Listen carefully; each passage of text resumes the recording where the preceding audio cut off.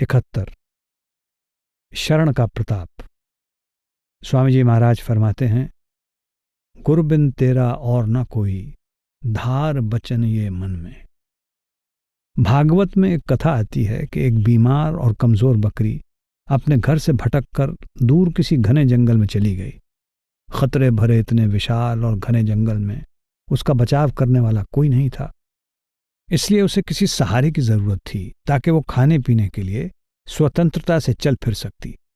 शेर उस जंगल का राजा था। उसने उस बकरी पर दया करके उसे आजाद कर दिया। वहां हाथी भी रहते थे। शेर ने उनसे कहा कि जब तुम पानी पीने जाओ, इसको भी साथ ले जाकर पानी पिला लाया करो। वो हाथी के ऊपर चढ़ जाती और पानी पीकर आ जाती। इस तरह वो सुरक्षित होकर खुशी खुशी जंगल में अपना जीवन गुजारने लगी। ये सारा प्रताप शरण लेने का है। इसी तरह संतों की शरण में आकर जीव राई से पहाड़ और एरंड से तुलसी बन जाता है, यानी नीच गति से संत बन जाता है। 72। संत वचन पलटे नहीं। मौलाना रूम फरमाते हैं, उनको यानी मुर्शद को सही समझो, क्योंकि वे सच्चे और भरोसे योग्य हैं। उनके उपचार में जादुई कमाल है। उनके वचनों में अल्लाह की ताकत समाई हुई है। जब गुरु गोविंद सिंह साहब पहली बार मालवा गए, वो उजाड़ इलाका था। बारिश की कमी के कारण वहां गेहूं नहीं होता था, जौ और चने होते थे। वहां के लोगों ने गुरु साहब की बहुत सेवा की। उस समय बीकानेर को कौन जानता था। डल्ला बराड़ कौम का सरदार था। एक दिन गुरु साहब और डल्ला घूम रहे थे। वहां आक लगे हुए थे। उनकी तरफ इशारा करके गुरु साहब ने कहा, देख कितने अच्छे आम हैं। डल्ले ने कहा, जी आक हैं। गुरु साहब ने कहा, तू कह दे आम हैं। कहता है, मैं कैसे कह दूं आम हैं, ये आक हैं। एक और जगह काई यानी घास खड़ी थी। गुरु साहब ने कहा कि कितना अच्छा गेहूं खड़ा है। डल्ला कहने लगा, ये काई है। गुरु साहब ने कहा, तू कह दे कि ये गेहूं है। डल्ला बोला, जी मैं यूं ही क्यों कह दूं, ये तो घास है। गुरु साहब कहने लगे, जाओ भले लोग, अगर तू कह देता तो यहां गेहूं भी हो जाता, आम भी हो जाते, लेकिन अब नहीं। तेरे मरने के बाद आम और गेहूं सब कुछ होगा, नहरें बहेंगी। आजकल वहां जाकर उस इलाके को देखो। संत जो कहते हैं उसमें कोई राज होता है, उनके शब्द व्यर्थ नहीं होते। 73। हजरत जुनैद और घायल कुत्ता। ईसाया फरमाते हैं, मेरे संपूर्ण पवित्र पर्वत पर ना वे किसी को चोट पहुंचाएंगे ना नष्ट करेंगे, क्योंकि धरती यहोवा यानी प्रभु के ज्ञान से भरपूर रहेगी, जैसे समुद्र पानी से भरा रहता है। जब हजरत जुनैद बगदादी काबा को जा रहा था तो उसने रास्ते में कुत्ते को देखा जो जख्मी हालत में पड़ा था। उसके चारों पांव पर से गाड़ी गुजर गई थी और वो चल नहीं सकता था। फकीर को रहम आया, लेकिन सोचा कि मैं तो काबे को जा रहा हूं, इसको कहाँ लिए फिरूंगा, दूसरे ये पलीत जानवर है। फिर ख्याल आया कि यहां इसका कौन है। मन में दया आ गई। कुत्ते को किसी कुएं पर ले जाने के लिए उसे उठा लिया ताकि पानी से उसके जख्मों को धोकर उस पर पट्टी कर दे। उसने इस बात की कोई चिंता न की कि कुत्ते के जख्मों से बहते खून से उसके कपड़े खराब हो जाएंगे। उस समय वो एक रेगिस्तान से गुजर रहा था। जब नखलिस्तान पहुंचा तो वहां उसने एक वीरान कुआं देखा, परंतु उसके पास कुएं से पानी निकालने के लिए कोई रस्सी और डोल वगैरह नहीं थे। उसने 2-4 पत्ते इकट्ठे करके एक दोना बनाया, पगड़ी से बांधकर उसे कुएं में लटकाया। पानी नीचे था, दोना वहां तक पहुंच न सका। साथ में कमीज बांध ली, लेकिन दोना फिर भी पानी की सतह तक न पहुंचा। इधर उधर देखा, कोई नजर नहीं आया। फिर सलवार उतार कर साथ बांधी, तब पानी तक दोना पहुंचा। 2-4 दोने पानी निकालकर पिलाया। कुत्ते को होश आ गया और उसने कुत्ते के जख्मों को साफ किया और उन पर पट्टी बांधी। वो कुत्ते को उठाकर चल पड़ा। रास्ते में एक मस्जिद थी। उसने मुल्ला से कहा कि तुम इस कुत्ते का ख्याल रखना, मैं काबे को जा रहा हूं, आकर ले लूंगा। जब रात को सोया तो बशारत यानी आकाशवाणी हुई कि तूने मेरे एक जीव की रक्षा की है, तेरा हज कबूल है। अब चाहे हज पर जा या ना जा, तेरी मर्जी है। सो बेज़बान पर तरस करना बहुत ऊंची गति की बात है। 74। आधी रात का सूरज।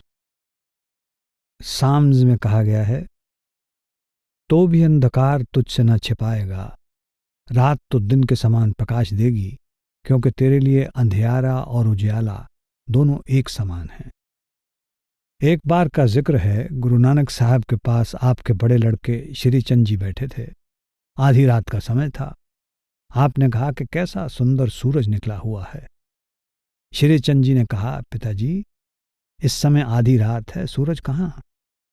थोड़ी देर बाद दूसरे लड़के लक्ष्मीदास जी आए तो गुरु साहब ने फिर वही वचन किया कि कितना सुंदर सूरज है। लक्ष्मीदास ने भी कहा कि इस समय सूरज कहाँ से आया? जब उन्होंने यही वचन भाई लहणा यानी गुरु अंगद देव जी से किया कि भाई जी सूरज निकला हुआ है, जाओ कपड़े धोकर लाओ। भाई जी इस राज से वाकिफ थे, हर रोज अभ्यास में सूरज देखते थे। उन्होंने कहा, हाँ महाराज, खूब धूप निकली हुई है, मैं अभी जाता हूं और कपड़े धोकर लाता हूं। वो उसी समय गए और कपड़े सुखा कर ले आए। सो संतों के वचनों पर शक नहीं करना चाहिए।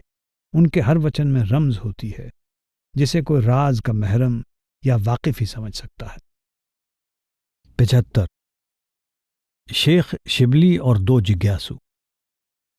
गुरु अर्जन देव जी फरमाते हैं, हर का सेवक सो हर जेहा, पेद न जान हो मानस देहा। शेख शिबली के पास दो आदमी बैत होने यानी नाम लेने के लिए आए। आपने अंतर्दृष्टि से देखा कि उनमें से एक अधिकारी है और एक अनधिकारी। आपने फरमाया कि आप अलग अलग आओ, इसलिए पहले एक आया। उसने अर्ज की कि जी बैत करो। आपने कहा कि पढ़ कलमा। वो बोला, जी पढ़ाओ। आपने कहा, पढ़ ला इला इल्ला अल्लाह शिबली रसूल अल्लाह। उसने कहा, तौबा तौबा। तब आप भी तौबा तौबा करने लगे। उसने पूछा, आपने क्यों तौबा की? बोले, पहले तू बता कि तूने क्यों तौबा की।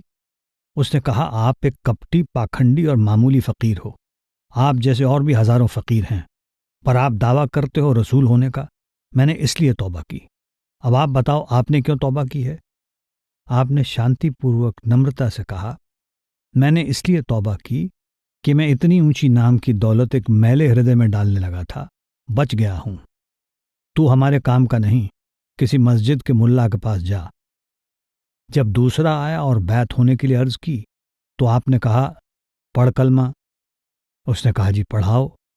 कहने लगे, पढ़ ला इलाहा इल्ला अल्लाह शिवली रसूल अल्लाह। जब आपने कहा तो उस आदमी ने जवाब दिया, हजरत मैं जाता हूं। आपने पूछा कि क्यों? उसने कहा, मुझे शंका हो गई है, और वो ये कि एक पैगंबर के कुल में से तो मैं पहले ही हूं। कुरान शरीफ मेरे घर है। अगर आप भी पैगंबर ही हो तो मुझे आपसे बैत होने की जरूरत नहीं। मेरा ख्याल ऊंचा था, लेकिन आपने नीचा ख्याल जाहिर किया। मैंने सुना था कि मुर्शिद और खुदा एक होते हैं, यानी मुर्शिद खुदा से मिला हुआ होता है और वो अपने शिष्य को भी खुदा से मिला देता है। मुझे ये भी पता चला था कि आप भी ऐसे ही मुर्शिद हो। शेख शिबली ने उसे गले लगा लिया और बोले, तुम दीक्षा के योग्य हो, तुम्हें डरने या शंका करने की जरूरत नहीं। मैं तुम्हें नाम दूंगा। जो खुदा का आशिक है वो खुदा है, उसमें और मालिक में कोई फर्क नहीं होता। 76। डल्ला की परीक्षा। साम्स में कहा गया है, मैं तेरी चितौनियों में उलझा हुआ हूं, हे प्रभु, मुझे शर्मिंदा ना होने दे। जब तू मेरी सूझ बढ़ाएगा तब मैं तेरे हुक्म अनुसार चलूंगा। जिक्र है कि मुसलमानों की हुकूमत के दिनों में एक ऐसा समय आया जब गुरु गोबिंद सिंह जी को मजबूरन आनंदपुर छोड़ना पड़ा। बराड़ कौम का सरदार डल्ला गुरु साहब से मिला और बोला, महाराज, अगर आप हमें खबर करते तो हम आकर मुसलमानों से मुकाबला करते, आपको आनंदपुर नहीं छोड़ना पड़ता। गुरु साहब ने उसे कहा, जो मालिक का हुक्म। डल्ला ने कहा, नहीं जी, आप बताते तो सही। उन दिनों तोड़ेदार बंदूकें होती थीं, इसी तरह पत्थर कला बंदूकें भी होती थीं जो सबसे अच्छी समझी जाती थी। उसका घोड़ा पहले पत्थर पर पड़ता था जिसमें से आग निकलती थी, फिर गोली चलती थी। एक सिख गुरु साहब के पास एक बड़ी अच्छी नई किस्म की पत्थर कला बंदूक बनाकर लाया। गुरु साहब ने कहा, किस पर आजमाएं? इसके आजमाने के लिए आदमी ही ठीक रहेगा। फिर डल्ला को कहा, कोई आदमी खड़ा करो जिस पर बंदूक आजमाएं। जब डल्ला ने अपने आदमियों से पूछा तो कोई भी मरने के लिए तैयार नहीं था। चाहे गुरु साहब ने मारना किसी को नहीं था, सिर्फ आजमाना ही था, लेकिन कोई ना आया। जब कोई ना आया तो गुरु साहब ने कहा, डल्ला तू ही आ। डल्ला बोला, जी मेरे छोटे छोटे बच्चे हैं, वे पीछे क्या करेंगे? गुरु साहब ने कहा, बस ऐसे ही कहता था कि खबर करते तो आनंदपुर न छोड़ना पड़ता। डल्ला शर्मिंदा हो गया। फिर गुरु साहब ने हुक्म दिया कि अच्छा जाओ और घोड़ों के तबेले में मेरा जो भी आदमी मिले उससे कहना कि गुरु साहब के पास एक बंदूक आई है, उसके निशाने के लिए एक आदमी चाहिए। जब डल्ला ने जाकर कहा तो जो जिस हालत में था उसी तरह उठ भागा। कोई बालों में कंघी करता भागा, कोई साफा बांधता हुआ भागा, कोई धोती पहनता हुआ। हर एक आदमी दूसरों की कारगुजारी बताकर कि ये घोड़ों की बड़ी सेवा करता है, इसने चमकौर के युद्ध में बड़ी मदद की थी, इसने अमुक काम किया था, या अमुक काम का जानकार है, यही कहता कि इसको ना मारो बल्कि मुझे निशाना बनाओ। इसके बाद गुरु साहब ने सबको एक लाइन में एक दूसरे के आगे पीछे खड़ा करके बंदूक की गोली ऊपर से निकाल दी। मारना तो किसे था, सिर्फ इम्तिहान लेना था। डल्ला बहुत पछताया और बोला, अगर मुझे पता होता कि गुरु साहब ने सिर्फ आजमाना ही था, मारना नहीं था, तो मैं भी अपने आप को पेश कर देता। इम्तिहान में कोई कोई ही पास होता है, मालिक कभी किसी का इम्तिहान न ले। 77 राजा जनक को ज्ञान प्राप्ति। सेंट मैथ्यू कहते हैं, अपने लिए पृथ्वी पर खजाना जमा मत करो जहां कीड़े और जंग उसे खराब कर देते हैं और जहां चोर सेंध लगाते और चोरी कर लेते हैं, बल्कि अपने लिए परम धाम में खजाना जमा करो जहां ना तो कीड़े और जंग उसे खराब करते हैं और जहां चोर न सेंध लगाते हैं और ना ही चोरी करते हैं, क्योंकि जहां तुम्हारा खजाना होगा वहीं तुम्हारा मन भी होगा। एक बार राजा जनक ने चाहा कि मैं परम पद हासिल करूं।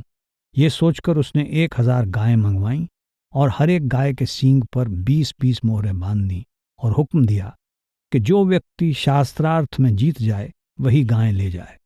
कई महीने तक वाद विवाद होता रहा। आखिर याज्ञवल्क्य सब ऋषियों से अव्वल निकला और 1000 गायें मोहरों समेत ले गया।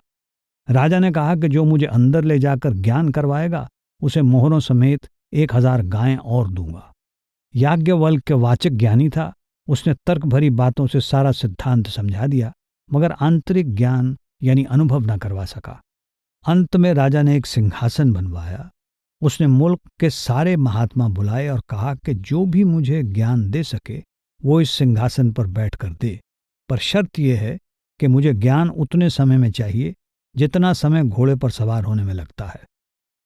सभी महात्माओं की यही राय थी कि ज्ञान कोई घोलकर पिलाने वाली चीज नहीं है जो पिला दें, पहले कुछ लिखाएं पढ़ाएं फिर आगे बताएं।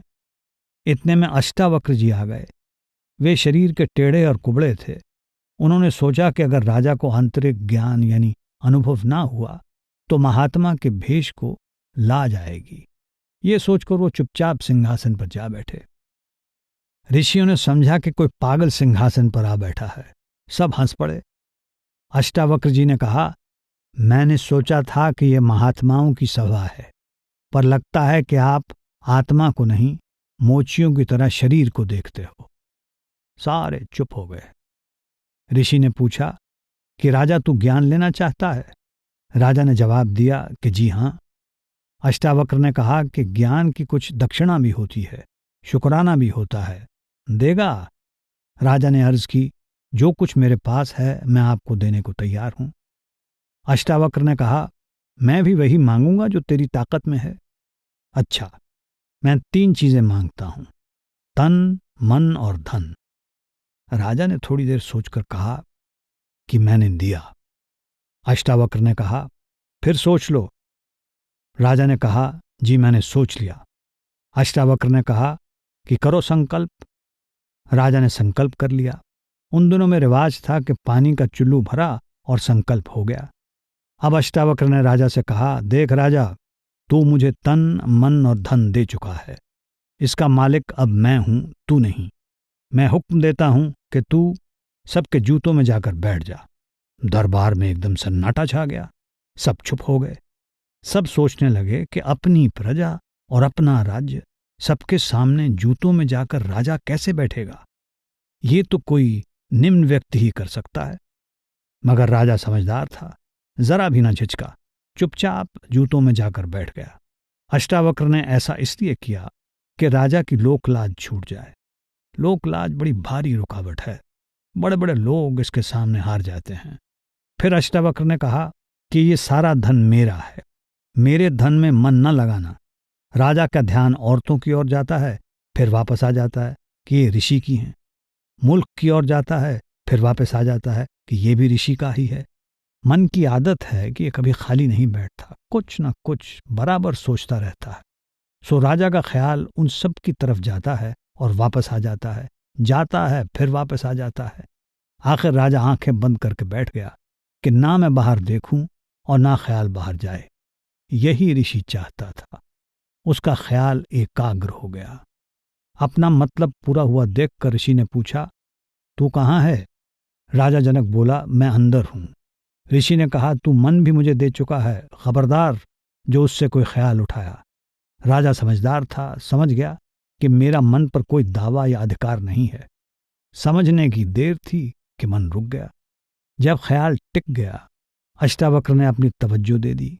रूह अंदर चली गई। रूहानी मंजिलों की सैर करती करती शब्द की लज्जत लेने लगी। अष्टावक्र ने राजा को कई बार बुलाया, पर अब बोले कौन। ऋषि ने जितनी देर मुनासिब समझा राजा को अंदर लज्जत लेने दी। आखिर में उसका ख्याल नीचे लाए। जब राजा ने आंखें खोली तो अष्टावक्र ने पूछा, क्या ज्ञान हो गया? राजा ने उत्तर दिया, जी हो गया, और ये इतना श्रेष्ठ और उत्तम था कि मैंने इस बारे में कभी सपने में भी नहीं सोचा था। ऋषि ने फिर पूछा, कोई शक तो नहीं रहा? जनक ने कहा, जी कोई शक नहीं। ऋषि ने कहा, मैं ये तन मन और धन तुझे प्रसाद के तौर पर देता हूं। इन्हें अपना न समझना। राज्य भी कर और भजन भी कर। संसार और इसकी धन दौलत से मन निकाल दे। अब तुम्हें प्रभु के नाम का अनमोल खजाना मिल गया है। अब तुम इस संसार की वस्तुओं से मोह नहीं रखोगे, बल्कि प्रभु से उसके प्रेम और अनुभव की याचना करोगे। 78 किसका सेवक? स्वामी जी महाराज फरमाते हैं, कुटुंब परिवार मतलब का बिना धन पास नहीं आई।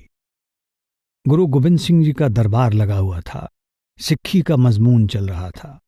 गुरु साहब ने कहा कि गुरु का शिष्य कोई कोई है, बाकी सब अपने मन के गुलाम हैं या स्त्री और बच्चों के गुलाम हैं। एक शिष्य को आजमाते हुए, जो अपने आप को बड़ा भक्त जाहिर करता था, कहने लगे कि हमें कपड़े के थान की जरूरत है। शिष्य ने अगले दिन दरबार में हाजिर करने का वायदा किया। जब माथा टेक कर वो शहर गया और कपड़ा खरीद कर घर लौटा तो उसकी स्त्री ने पूछा, ये कपड़ा कैसा है? उसने उत्तर दिया कि गुरु साहब के लिए खरीदा है, कल इसे दरबार में देना है। वो बोली, ये तो मैं नहीं दूंगी, बाल बच्चों के लिए जरूरत है, कपड़ा बहुत अच्छा है, गुरु साहब के लिए और ले आना। उसने कहा, दुकानदार के पास तो यही एक थान था, इसके साथ का और कपड़ा नहीं है। इस पर वो बोली, तब तो मैं इसको जरूर रखूंगी। उसने पूरी कोशिश की, लेकिन स्त्री के सामने उसकी एक ना चली। उसने ये कहकर टाल दिया कि गुरु साहब को क्या पता है, कल जब पूछेंगे तो कह देना कि अभी पसंद का कपड़ा नहीं मिला। वो चुप हो गया। अगले दिन जब दरबार में गया तब गुरु साहब ने पूछा, कपड़ा लाए हो? बोला, जी नहीं, अभी नहीं मिला। शिष्य अपने गुरु को तन और धन दोनों सौंप देता है, लेकिन मन का सौंपना बहुत मुश्किल है। अगर गुरु को मन सौंप दे तो गुरमुख बन जाए। मन बेचा सतगुर के पास, तिस सेवक के कारज रास। 79 भजन सुमरन का महत्व। महाराज सावन सिंह जी फरमाते हैं, जो गुरु का भक्त है वो चाहे कैसा भी है, लेकिन गुरु उसे नरकों में नहीं जाने देता। जब राजा जनक स्थूल शरीर को त्याग कर अपने धाम की ओर जा रहे थे, रास्ते में क्या देखते हैं कि नरकों में जीव जल रहे हैं और चीख पुकार कर रहे हैं। उन्होंने पहले यमदूतों से पूछा कि इन्हें यातनाएं क्यों दी जा रही हैं। कोई जवाब न पाकर धर्मराज से पूछा कि इनका छुटकारा कैसे हो सकता है। धर्मराज ने कहा कि अगर कोई महात्मा अपने नाम की कमाई दे तो आज़ाद हो सकते हैं। राजा जनक ने वहां 2.5 घड़ी के तप का फल दिया और तब वे जीव नरक से आज़ाद होकर मृत्युलोक में आ गए और उन्हें मनुष्य जन्म मिला। 80 काला नूर। महाराज सावन सिंह जी फरमाते हैं, जो नाम लेकर रख छोड़े उसे फायदा कुछ नहीं। जिस तरह किसी कुम्हार को हीरा मिल गया, उसने गधे के गले में बांध दिया, कद्र नहीं की। एक मिरासी गलती से मस्जिद में जा पहुंचा। वहां 5 नमाजी मौजूद थे। उन्होंने कहा कि आओ वुजू करके नमाज पढ़ें।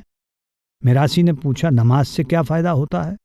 उन्होंने जवाब दिया कि नमाज पढ़ने से चेहरे पर खुदा का नूर आता है। ये सुनकर मिरासी बोला, बहुत अच्छा, अभी तो मुझे काम है, पर घर जाकर जरूर पढ़ूंगा। वे 5 नमाज में लग गए और वो घर आ गया। जब रात के पिछले पहर में उठा तो सोचने लगा कि अगर वुजू किया तो नशा टूट जाएगा, क्योंकि उसे नशा करने की आदत थी। नमाज भी जरूर पढ़नी थी ताकि चेहरे पर खुदा का नूर आ जाए, लेकिन बिना वुजू नमाज पढ़ना जायज नहीं होता। ये सोचकर उसने मिट्टी से वुजू करने का फैसला किया। ये सोचकर अंधेरे में जमीन पर हाथ मारकर मुंह पर फेरने लगा। रात को कहीं तवा नीचे उल्टा पड़ा रह गया था, हाथ तवे पर जा लगा। बड़े प्रेम से उसने वुजू करके नमाज पढ़ी। जब दिन निकला तो मिरासन से पूछने लगा, देख क्या मेरे चेहरे पे नूर आया है? उसने कहा, अगर नूर का रंग काला होता है तो वो घटा बनकर आया है, और अगर नूर गोरा होता है या इसका कोई और रंग होता है तो जो पहले था वो भी जाता रहा है। यही हाल हमारा है। हम नाम लेकर कमाई तो करते नहीं और कहते हैं कि रूह खंडों ब्रह्मांडों पर चढ़ जाए।